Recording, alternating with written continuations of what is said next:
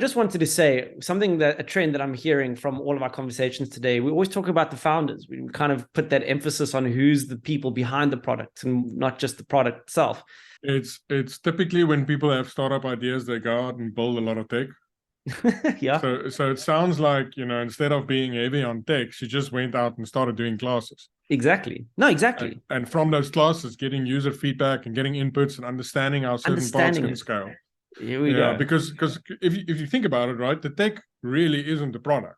Yeah. The tech is just an enabler of scale, right? You start building a moat around yourself. So we spoke about moats earlier around companies. There we go. But I think something that founders underestimate is they can actually build a moat around themselves. Okay, so what that means is you really become a domain expert in that which you're solving. And I guess that's what we're going to be doing here, is kind of exposing these stories and giving the people opportunity to tell their stories and kind of help other founders in their journey too, right? Yeah. So if you're building something cool, drop us a mail, tell us what you're building. Yeah. We can have a chat. Yeah. And who knows, maybe we feature it sometime. How's it, Ruyter? Welcome back. How you doing? Bobby. Yeah, great, man. Yourself? Yeah, can't complain. New week, new challenges, new exciting stories. Yeah, awesome. Lots happening and all. Really, eh? Like if we had to just quickly touch on that now that you want to bring it up. We've been talking a lot about Minister of Electricity and load shedding and Eskom.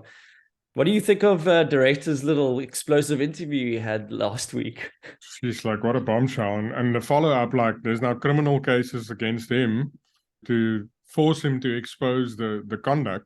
The name. I just read a short little part that they took out of a few hundred pages of documents that he filed.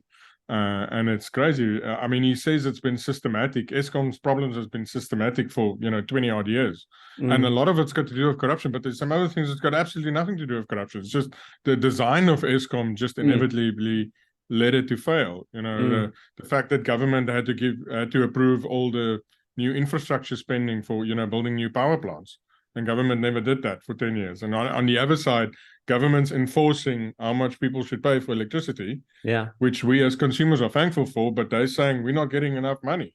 Yeah. So they're not getting enough money. They're not building new power plants, and they just pushed all of the power plants in the red for the last 20 years. And now all of it is breaking. It's an absolute mess. It's an absolute mess. And we're sitting here in stage 6 load shedding. It's an absolute mess. Like everyone's saying, just scrap Eskom, start from scratch, go private. I mean, I don't know what else they can do, but I mean... Listen, I don't know who wants to apply for that CEO job. I doubt they've got anyone. Honest, you're going to get poisoned. If you scale them, it's a matter of time before the whole thing doesn't work. So I don't know. I seriously cannot think who on earth would want that job. No, it's an absolute mess. I don't even know where they're going to start. And the amount that they have to uncover now and start trials. And I mean, they were trying to get him to Parliament to name these names. If he's not on an airplane already out of this country, he will be soon. I mean, his safety, he's got a target on his back. That's for sure. But hey, it gives an opportunity for some startups, and a big shout out to Go Solar. I'm getting my solar in a week's time. Yeah, I'm very excited about this. So looking forward to that. And then, it would for sure to be lifting the mood in our household. That's fantastic. I'm envious.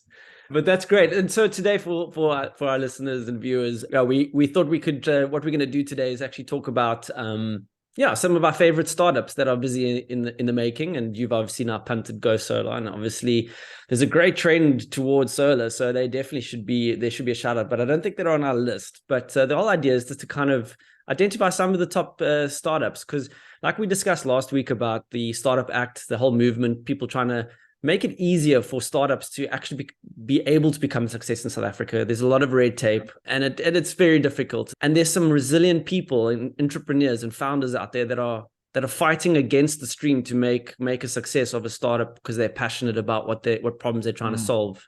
Amazing, right? Absolutely. Yeah. Okay, cool. So who wants to go first? Because we've each got one. Might as well start. I'm going to go with, can I go first? Because go for it. Because now we're on the solar conversation, right? So, and then I'm going to have to go with all my crypto friends.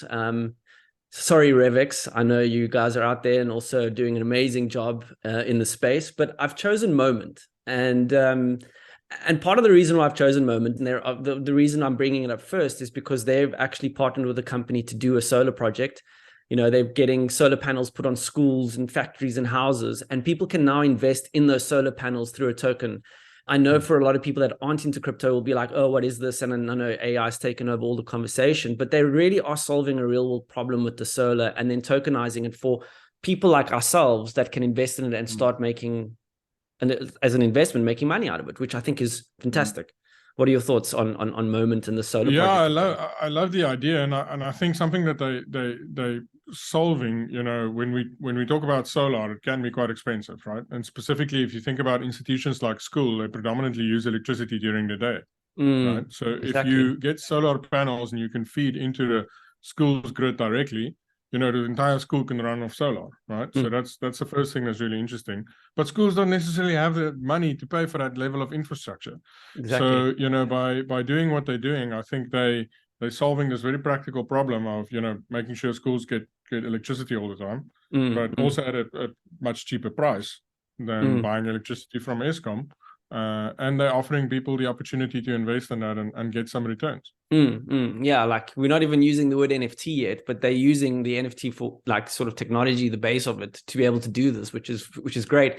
And it's part of the reason why I chose them, right? Because if you do go onto their LinkedIn feed, there's a lot of solar like conversations. They're kind of building up their conversation around it. They're obviously very passionate about this project and trying to, get the word out. But what I really like about the two founders is kind of their approach and their backstory. They come from owning dev houses and building technology for people, and they're now using that kind of experience that they've had on building many, because we all know building products is difficult. So they're coming from a place of scar tissue, as you would also understand, and they're using that experience to bring it forward into what they started their first iteration of Momint to where it is today. And I'm loving that story that they kind of where they're coming from and now having this new vision of where they're going. I'm loving the story. Yeah, but they started out as a marketplace, right, for like art NFTs and those kind of things, and then they pivoted into something which I think is more practical in the real world, right? Yeah, so they first started as a dev house, right? So people came to them with problems. And when you go to a talk, whether it's Aaron or anyone like that, they don't talk about, Momint at first. They talk about how people built product first and what problems are you solving before you start looking at the technology. And that's what I love about where they're coming from, because it seems embedded in their genetics and how they're thought or their mindsets. So that's really cool. That's what I really like about them. Their whole idea did start. So if you take Momint now, if you take away that past story and you take Momint, their idea was to kind of have an Instagram, but in an NFT form. So you could build a marketplace of NFTs like you do on Instagram. So people can own their images and sort of make money out of it, which was great. That was a great idea. That was where Momint came in, and it's a play on words. Yeah. But now they're actually, I think they've opened their doors to say, okay, but what NFT, what products, let's take NFT aside. What products are you trying to build? And how can we help you do that? And that's what's really cool about their journey. So do you think the world is close to going mainstream on tokenization of physical assets, Bobby? A long way away. Unfortunately, I think that is probably their biggest challenge. I think we talk about it a lot, is just how people have embraced AI like overnight. As scary it is, if you talk to an Elon Musk, I mean, he's like, we got to be careful of AI, but yet the general public have taken it on, heads, feet, tail, nose, you name it. But when it comes to this whole blockchain, you look at tokenization, there's an element that they don't understand. And so there's that barrier that they have. So any NFT blockchain solution has to have an educational kind of element to it. Otherwise, you're going to struggle. And I think that's going to be their biggest problem. I think give them a long-term view, they'll be okay. But there's a long road ahead for them to solve exactly what you just mentioned. Well, to be honest, right, I mean, a large part of these things are financial products, right? And financial instruments. Right. And if you think about it, the average person on the street has no idea what the construction is of their retirement annuity or the financial product behind it.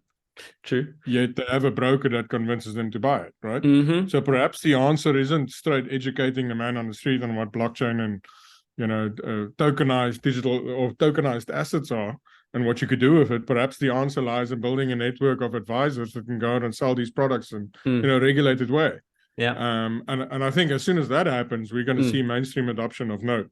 So, Momint, if you're listening, there's a free tip: get a network of financial advisors that can sell regulated products, and this thing will go to the moon. Yeah, I agree, and I like that kind of approach as well, because like I said, when the market is down, there's less eyeballs. In the background, things are still moving along, regulation is moving along, people are building cool products, and if you are staying at the forefront of what all those movements are, you are then the expert by a mile in the next cycle or in the next couple of years, and you can leverage that. Yeah, they definitely set up for a nice run in this space, that's for sure. Yeah, so we're going to keep an eye on them. No, for sure, absolutely. So that's my one pick. Your turn. Yeah, so a few years ago, actually quite some time ago, I met a gentleman called Lo Hopley, and Lo was still a student at the time, but he had a side hustle running a dev agency here in Stellenbosch. And one day he came over and asked for some advice on a specific project, and I realized quickly that this guy, he really gets it. He's a hard worker, and he knows what it takes to build a startup. And sometimes you meet people like that, like within half an hour you can see like, okay, this guy's got it. And Lo ended up working with the Aftergen guys, Philip and Milan, and they worked specifically on the Root project, which was a programmable bank card at the time. And it was quite cool. You can set like little rules of, use credit this card with 100 Rand, or, put money on this card and only allow people to use it for Uber. And people built some really nifty things around it, and you can Google it. There was a whole developer community around it. Yes, cool I'm aware of that. Yeah. Investec were involved in that as well. Yes, there was Investec was involved in the project, but that kind of evolved into Root becoming really an operating system for insurance. And these guys have been quietly building in the back, signing up some of the biggest insurance companies in the country, even making some waves abroad. And they're building an operating system for the insurance industry. Now, if you're not familiar with the insurance industry, it's obviously a massive industry. One could argue that the entire free market is so dependent on insurance being a product that's available. I mean, imagine buying a car, taking out debt to buy a car, and financing it and not having insurance. I mean, that's a nightmare for a bank, right? Yeah. So insurance is really critical to how our society functions. So, but these insurance companies, they're not very flexible in terms of bringing out new products, new services. That's the first problem, because this process of actuaries actually developing these products and putting it in place, setting the rules, and then designing a workflow to be able to collect the fees every month, to service these things, to process claims, to manage all of the risk associated with these things is very complicated. So when they build new products, sometimes it takes years for them to actually introduce this to the market. So what Root has done is they've really figured out a standardized way of how you can help these companies quickly put together these models and everything that goes about servicing these insurance policies. That's almost the first step, in handling claims and all of that in a digital environment. And then the second step is actually allowing APIs to build front ends that can actually sell and engage with these different products. So it's solving two parts really, or three. It's solving the problem of getting insurance products to the market quick. Secondly, it's actually solving the problem of massive administrative overhead in managing and reporting on these funds. And then, the third step is actually the distribution one, which makes it easy to distribute and retain customers through, high quality APIs. So, people often say the riches are in niches. And this is definitely the case when I look at this, because it's such a niche thing. Like, I mean, how many people know the ins and outs of how the insurance industry works, from actually straight through to brand and delivery and sales? So, they're building up a wealth of knowledge in that space, and they're building a great product. And I'm excited to see where they're going. I would be bold here and say, they're a candidate to become a unicorn, in my opinion. Wow. I think that they... And they're very much under the radar. That's how they prefer to do it as well. So sorry for exposing you guys. I think you're building something amazing. I'm excited to see where it's going.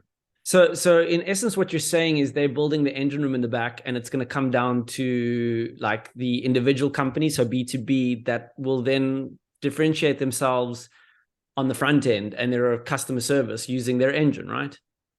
Yeah, so customer service and flexibility to be able to bring products to the market quickly. So, instead of taking a long process of putting a product together and, distributing it in a way that takes time, they can now quickly put it together, maintain the risk through these parameters and things that you set up on the back, and then start selling it, but also manage the claims and the processing from an administrative side in a much more efficient way.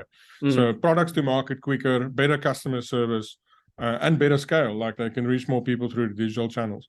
So as a potential unicorn, as you've labeled them, what do you think is their biggest challenge then, if they've got such a great model in the background? So I think the adoption isn't that easy. So the sales cycle would probably be long, right? So you're asking a dinosaur to cut off its arms and replace it with mechanical arms, right? And no disrespect to old, green, beautiful insurance companies that have been serving our nation for years. But it's really hard sometimes for those big companies to go in and say, look, we have to do things completely differently now.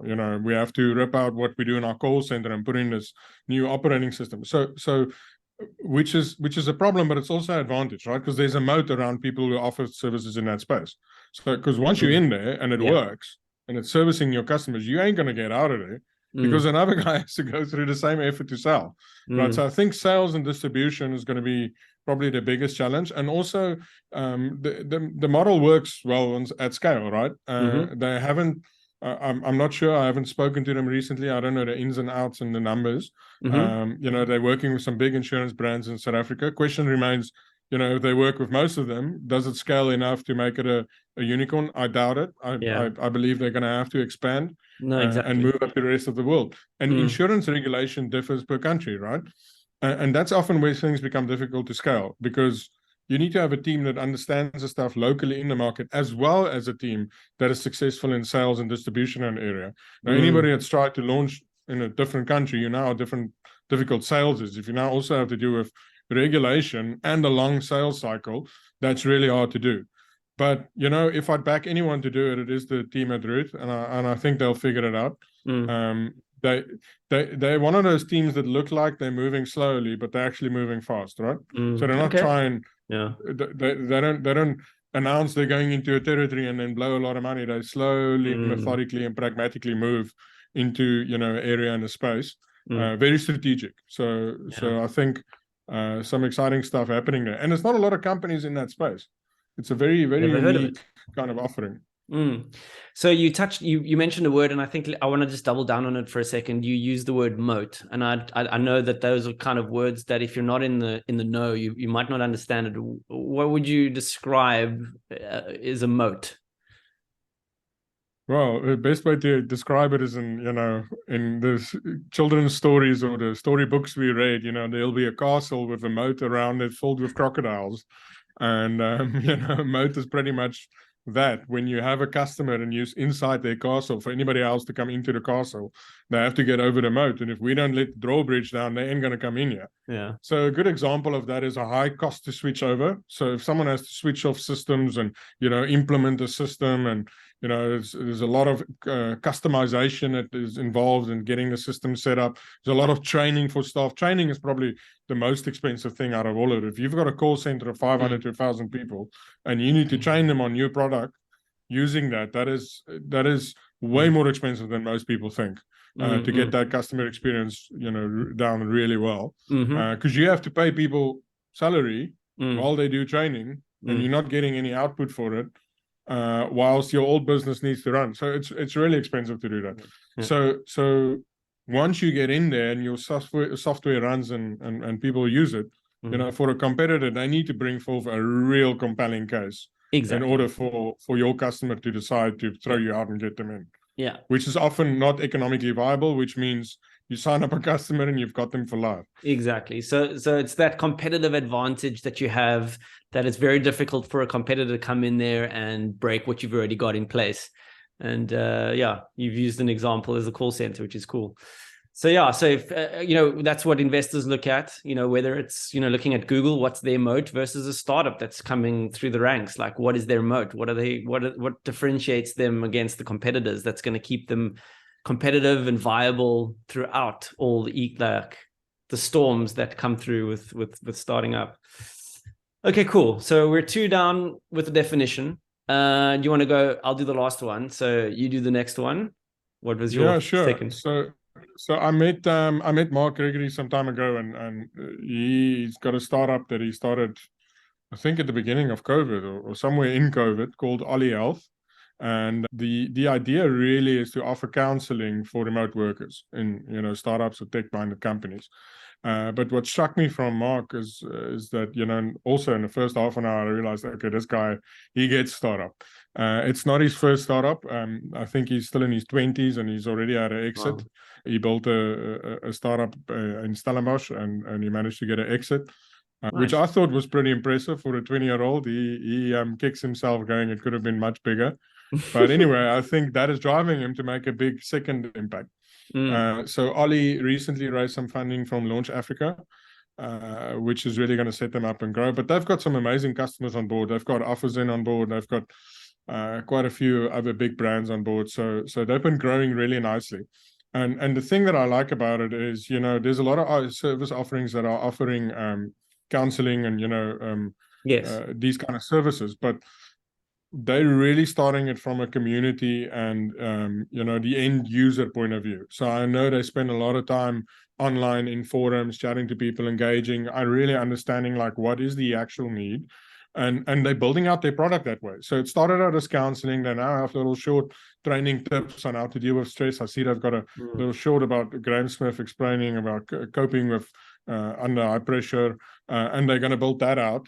So they're really offering this. They're working towards offering this full service solution for companies to go, you know what, mental health is important. Employees that are well perform and function better. And they're offering this as a solution based on a shared wallet principle. So, you pay a fee per month for X amount of credits as a startup. And then your users can redeem those credits for different kind of sessions and different kind of interactions on the platform. But it's a shared wallet, right? So some months, some employees might need more counseling than others. We all know how unpredictable life can be. So it really is flexible in that sense. I think what's really smart, though, is, when the credits run out, the boss gets an email and goes, your people want to see counselors. Do you want to buy that is extra clever. credits? And I can just imagine how hard it is for any boss to go, you know what, I don't think my staff needs any more counseling. We're fine. So I think that's a little sneaky move, but It's clever. Very clever. but I think these things are important. There's another thing that is quite interesting is specifically in Africa, the stigma around mental health. Traditional African communities, there's a massive stigma around it. So if you would have a mental health problem, someone would, and you would disclose it to someone in your community, there might be members of the community that think there's some spirit attacking you or something bad's going to happen if you stick around with them. So people don't talk about these things. They kind of keep it to themselves. So, the traditional model of actually going to see a psychologist or a psychiatrist or anything for that matter, anything related to those matters, is not really viable for a lot of people in Africa. So if you offer this discreetly in an online environment, you can imagine, you're going into a meeting room at work, having your session, it's significantly easier to manage and contain and ensure the privacy is intact. And also, if you think about like some of the other advantages and why I think this has a lot of legs, like it completely removes the logistics element of it, right? And that's important for two parts. Like we've all been in that process where we have to go see someone professionally, like a doctor or a psychologist or whatever. And there's some time wasted in making a booking, finding a convenient time, driving there, the waiting period to be serviced. All of that stuff takes quite a lot of time, right? So professionals working specifically in the startup world, like that takes a lot of time out of your day. So if you now take this onto an online environment where the logistics is sorted out immediately, you have a substantial saving. So that's the first part of logistics.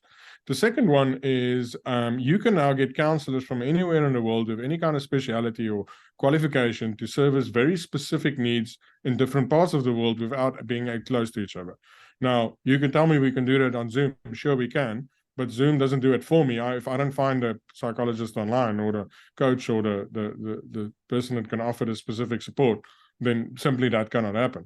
Now, with a platform like Ollie, they can do that. They can find someone, highly specialized person sitting in Sandton that can offer counseling to someone who actually lives in a township. And there's no logistics issue for that person to get to Sandton to be at their office and see them. They can actually now do it remotely. So I found that very interesting, because I think there's a lot of value to unlock in that space, because there's also benefit on the counselor side from a logistics perspective.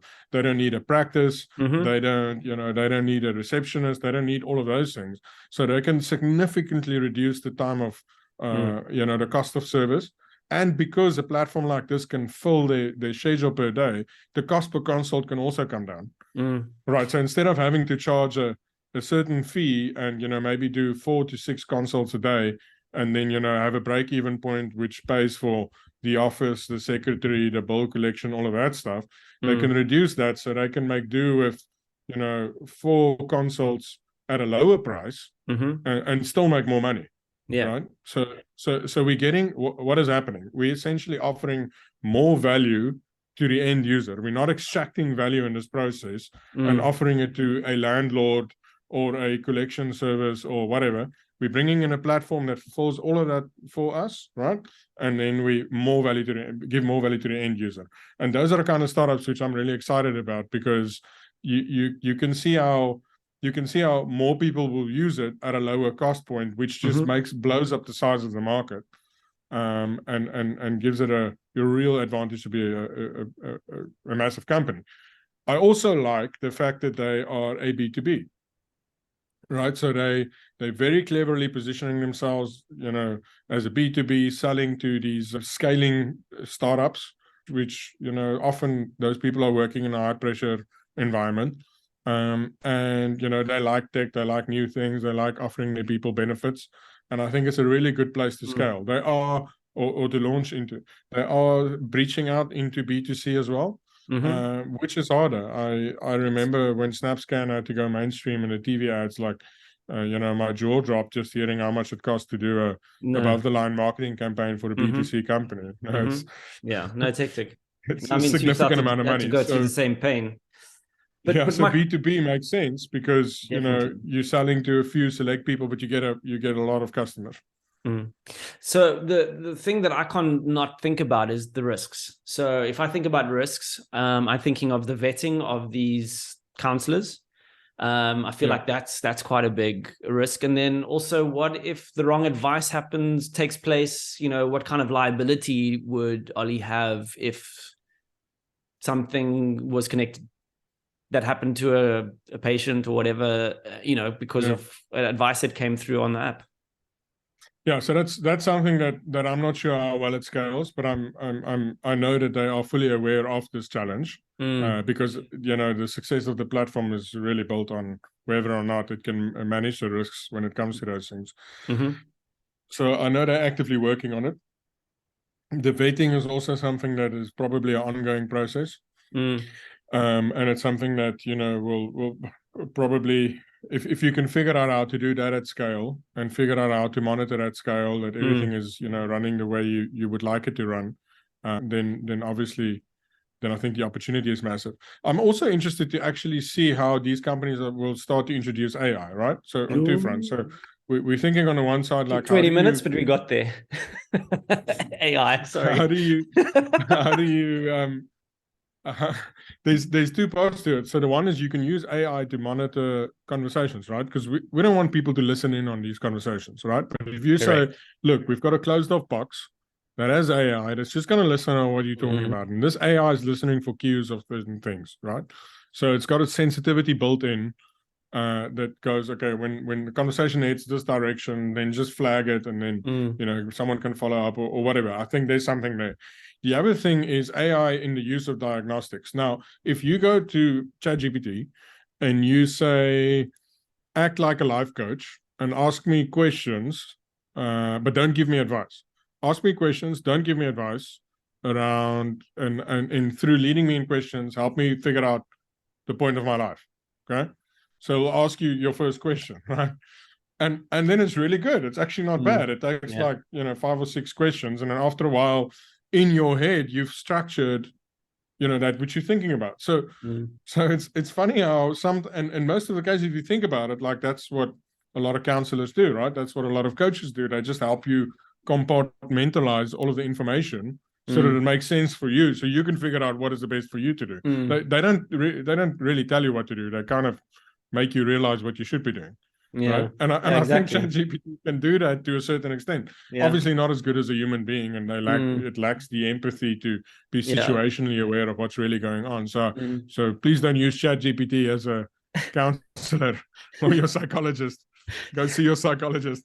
But it is an interesting experiment to trial out and to see how well it actually asks prompts and guides you through a process. Yeah. No, that's interesting. Yeah, I thought over the weekend I was playing around with ChatGPT, and it's about how you ask those questions. And if you get good at being able to ask it in the right way, you can get the answers without you. Yeah, everything you just kind of said. It's like, how do you prompt? How do you become a prompt master and to align with what you are looking for? And I like what you're saying. It's kind of more about self-realization, not telling you what to do, but asking you the questions that you can kind of figure it out on your own. So that's really cool. I like that a lot. In the interest of time, we've got time for one more, Bobby. You've got a cool startup you want to share. Yeah, I've got one more, and it's actually someone that I've already had on the podcast before, Gabby Immelman. And I just wanted to say something, a trend that I'm hearing from all of our conversations today. We always talk about the founders. We kind of put that emphasis on who's the people behind the product and not just the product itself. And I think in this case, Gabby, when I speak to other founders and I ask others like startups, like, hey, I'm looking for people to talk to, everyone mentions her name. Speak to Gabby. She's doing an incredible job. Like, you need to find out more about her and look into Mindjoy and stuff like that. And I have, and I've obviously had her on my podcast. So I got a bit more details, and we can have a link to the episode. You can hear the story of where Mindjoy came from. But yeah, in essence, what they're trying to do is making it fun for children to learn how to code and do new things. And seeing as you've opened up the AI can of worms, it seems like she's going down that route. And like, how can we utilize helping the kids understand how to use AI to further their studies and understandings and their schoolwork? In the interview, she spoke about how one of the first things, and this was before ChatGPT, and how she was helping, or how the company was helping kids figure out how to create an AI bot to help them with their homework, and feeling that curiosity is like, if I can get an AI to help me with my homework, like what else can I get it to do? And I love the way they're looking at how can we make it fun for kids to learn instead of that old school of being in a classroom and just being thrown information, but rather like, here's a problem, how would you go around solving it? And feeling that for the kids. I think it's great, and I love what they're doing. And it's intimate in small groups too, which I think is also, we sometimes miss that intimacy of interacting with people, and that's what she's doing, creating small groups for people to interact, kids to interact. I love that. So we're actually doing a piece in the newsletter that speaks about software development and a generation of software developers that in India grew up to become leaders of some of the biggest tech companies in the world. And it's incredible to think, like, India 20 years ago, one of the poorest nations in the world, and they just made this decision to invest in teaching people how to be software engineers, right? And we all used to joke 15 years ago when I started a software company, we all used to joke about how many Indian software companies would reach out and go, hey, can we do your development for you? Now, they all learned how to code, and they've got substantially more software developers in India than any other country in the world. And on the one side you have people just building stuff, churning, sweatshop kind of dev houses, but they're also putting out some exceptional tech talent. I mean, if you exactly. Google and Microsoft are both led by gentlemen of Indian descent, and it's incredible to think just how much that investment. Obviously, the Indian government started making 20 years ago and getting kids to learn how to code and making that a priority for the nation. Exactly. And India is on the rise. Like, if you just look at the amount of startups, the amount of investment, and I think a lot has to do with training kids how to code. So I'm excited about this startup.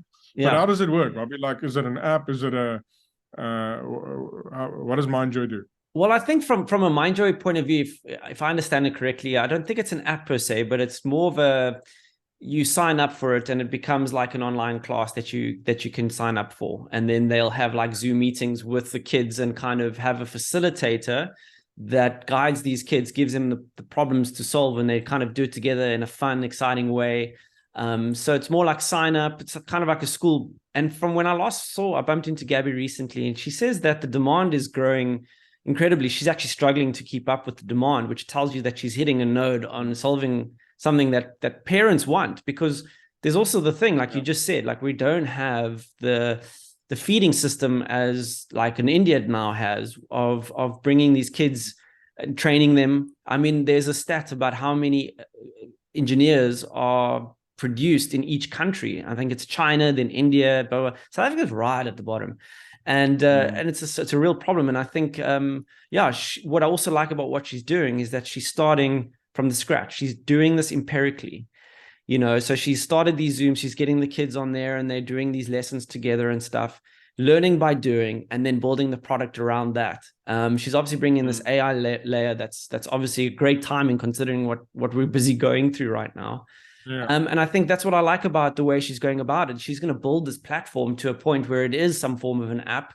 And recently I saw that she's just brought on a co-founder, and she's been very transparent and kind of showing vulnerability and saying, like, I had this idea and I've started it with no experience on doing this before, but look what I've been able to achieve. And I think that's what people are paying attention to. Again, why I talk about the people behind the product, right?